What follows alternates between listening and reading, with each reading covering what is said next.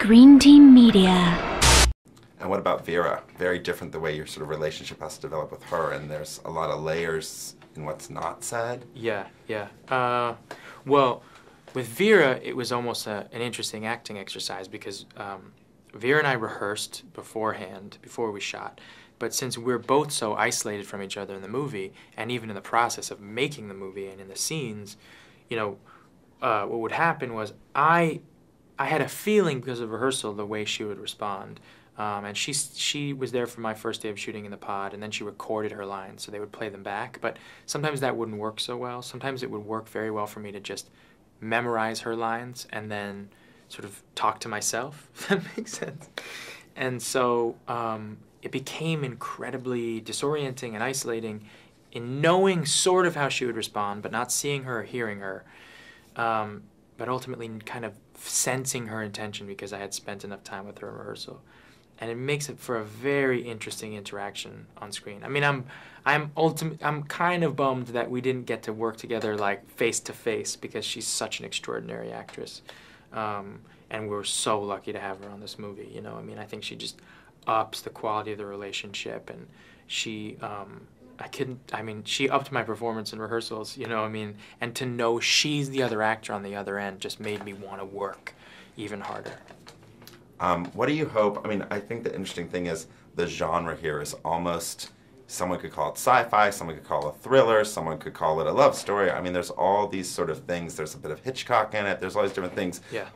What do you think it is? Or do you love that it's a bit of everything? Or I think this movie, first and foremost, is a real thriller and a very tense ride, almost like a game of Clue. But I consider it a drama because it's a story about a guy who is trying to find out, essentially, where he is, where he fits in, and who he is. What is his identity? And that's a huge philosophical question, very dramatic. Regardless of all the rules that people consider sci-fi or thriller or romance, or I consider it a drama first and foremost because it's really a character study to me. And last question is... And my question to you is that what you want me to say? I actually think that's fantastic. Okay. So, like the movie, if you could go back into someone's last 8 minutes, yeah. The last 8 minutes of someone's life, where would you go? What would you do? I think when I think about the concept of what the source code is, and that it's this computer program that allows you to go back into the body of somebody's, you know, sorry, I'll say it again, but when I think about what the concept of the source code is, which is it's a computer program that allows you to go into the body of somebody else for the last 8 minutes of their life, it brings up millions of ideas for me.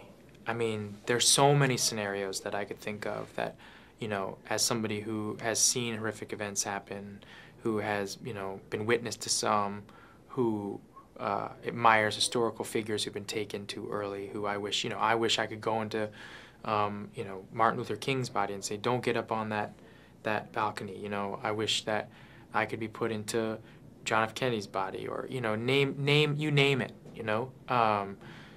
I also wish, you know, given in the wake of all the things that are going on currently, how extraordinary would it be to have a computer program that allows you to, you know, to go into a nuclear scientist's body at the you know, nuclear power plants in Japan and say, oh, this is about to happen, I might do this or that to stop that from happening, or give people a warning, or, you know, whatever it might be. You know, there are numerous and millions of things that you could do. And so, you know, I'm just hoping that there's some, you know, 12-year-old, 13-year-old kid who sees this movie who's this brilliant scientist who thinks, maybe I can do that one day, and then maybe can invent something just like this. Cool. Thank you. Yeah. Perfect.